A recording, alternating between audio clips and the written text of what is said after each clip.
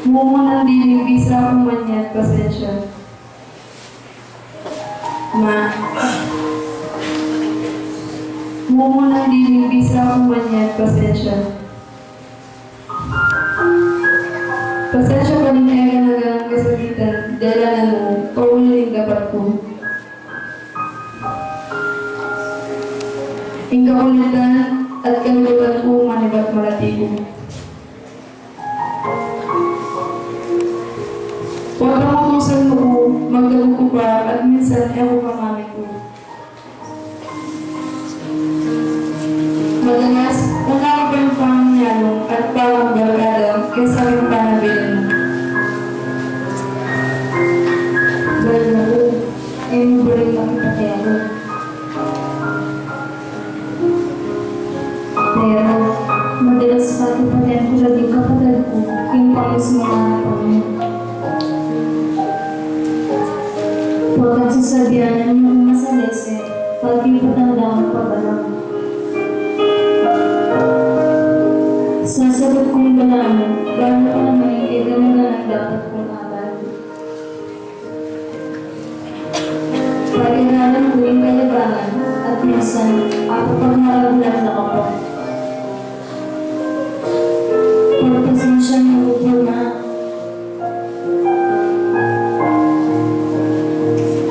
pag-ularan mo ko. Sana, kaya sa asawa mo ng tabi ako na ako. Kaya sa asawa ituro ka na ako imisto at dapat kong gawang. Hulapotan ko mo ako, kaya sa mawawala.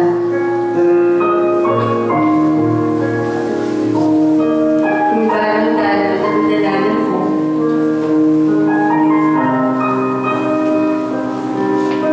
ikaw pa yan tabi ako, dahil yan ko hanggang miras ko kung dapat kong paglalang.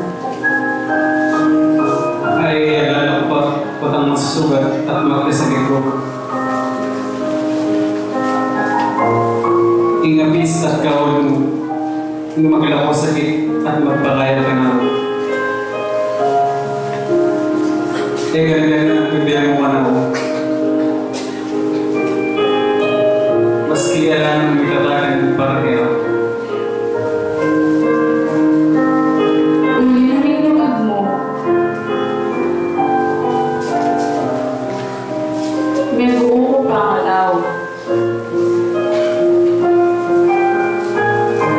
Tawag ng Diyos at respeto kay kaparang ng tao. Di ako ngayon pauli mo. Ikaw may biyahe na ako.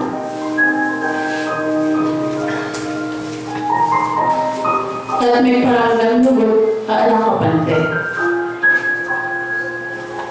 Kaya lang ako.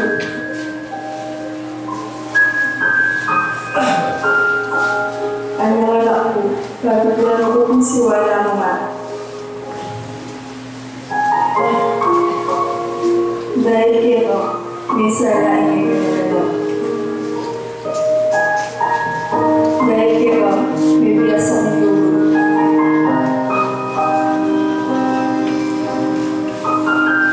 Ma, hindi ko na ako kaya. Kaya ang parang ito. Pagpren mo, ako lumigap at mananagal ako. Kalupan ng kiwa mo ko na ako, anong malatigo ko.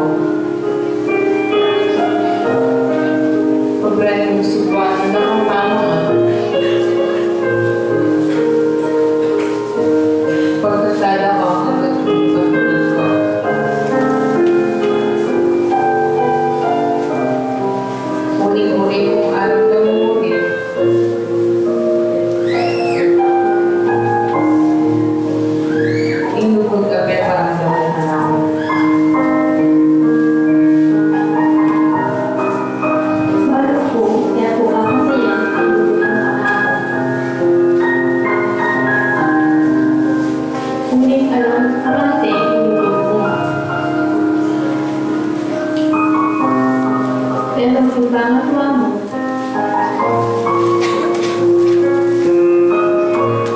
pag-unalis na lang magiging halugin.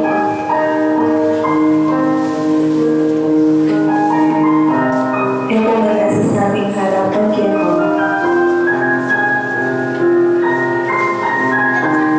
Unin mo na ang pumilin. Pero muli kong abalungin na alang-alang dinabas na alita kaliguran. Unin ikaw ang kailangan mo. Yung pinakakailangan mo.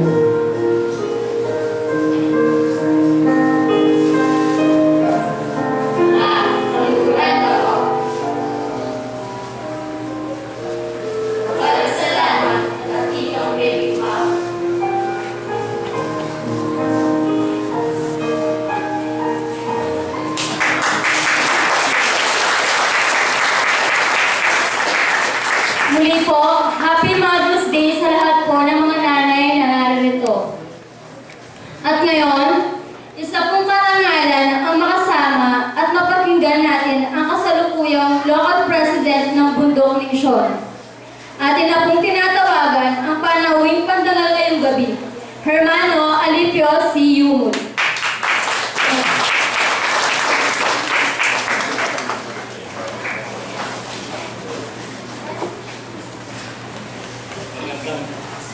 Magandang gabi po sa inyo lahat.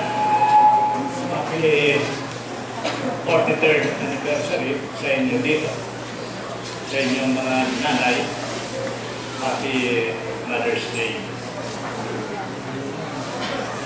Yung kasiyahan, yung kagalahan sa pagsunod sa mga kagustuhan ng Diyos, yun ang kailangan sa atin.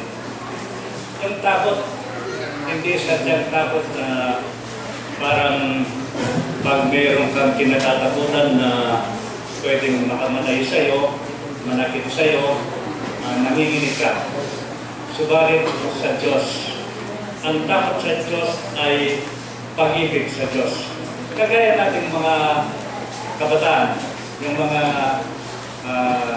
lahat tayo, ang gusto natin masunod natin yung kagustuhan ng ating mga magulang, ng mga may kapangyarihan, ng tamang pagsunod sa lahat ng mga galaw.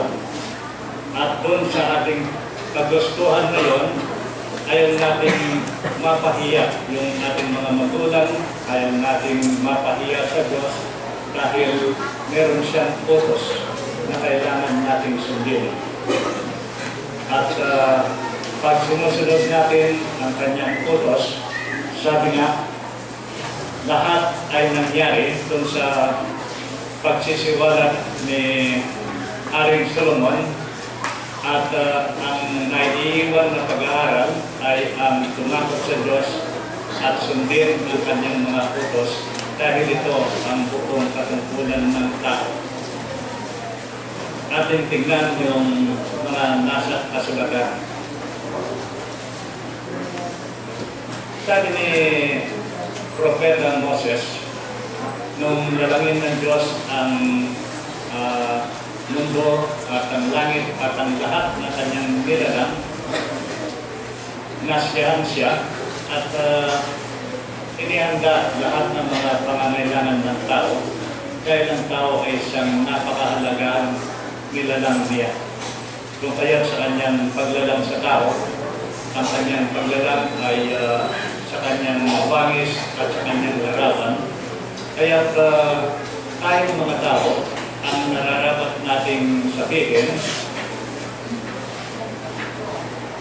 yung ginagawa natin, yung nararapat na gawin, at hindi nararapat na ating sabihin sa ating mga pagkakamali, sapagkat ako'y tao lamang.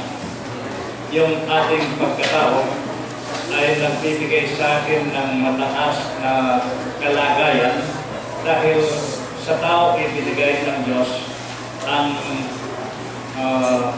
pamamahala sa kanyang mga nilalang dito sa mundo. Nung nilalang niya ang tao si Adan at si Eva, iisa ang utos na kanyang ibinigay sa kanila.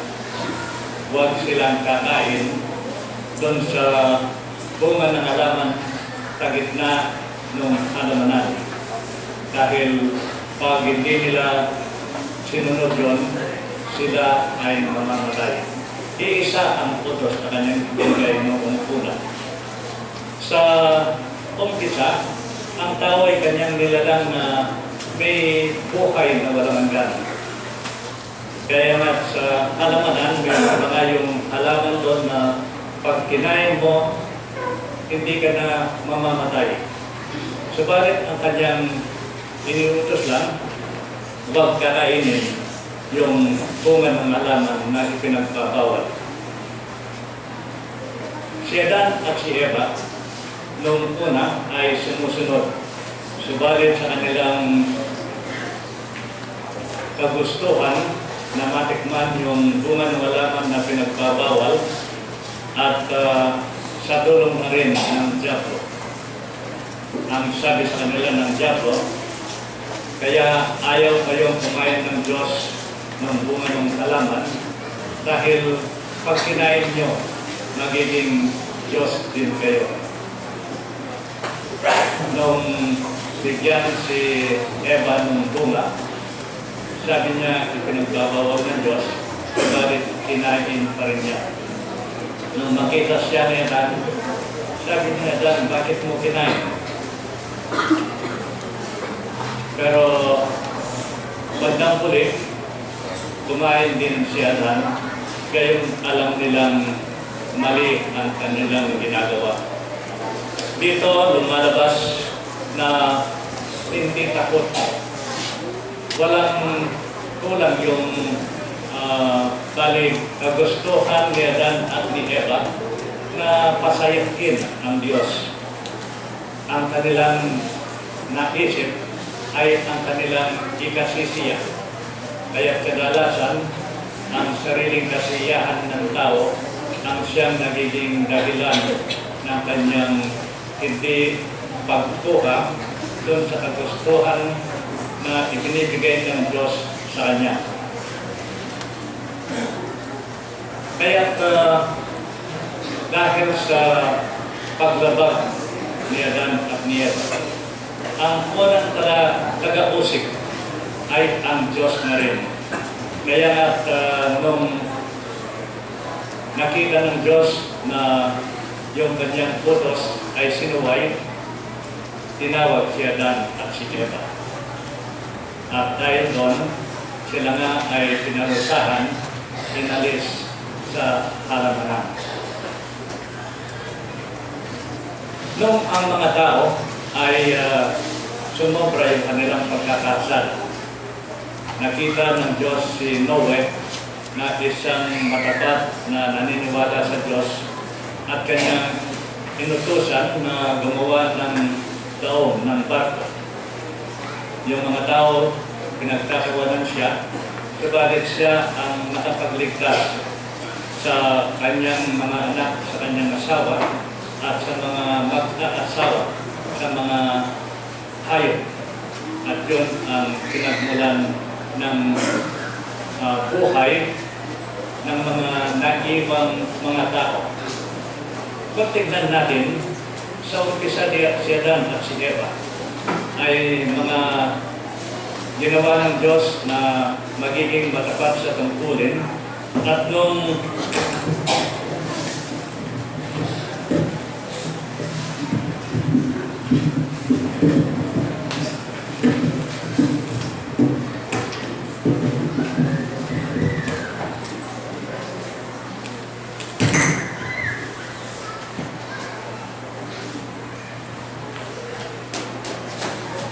kahit na pinagtatawanan sila dahil ang paggawa ng barko ay sa ituktok ng bundok at kadalasan hindi naman aakyat yung tubig sa bundok. Kaya natural lang na pagtatawanan sila ng mga tao. Dahil ang nangyayari, pag umuulan, ang tubig lahat ay pumupunta sa dagat. Ang bundok ay walang dagat. Subalit hindi alam ng tao ang kapangyarihan ng Diyos. Sumunod si Noe at nung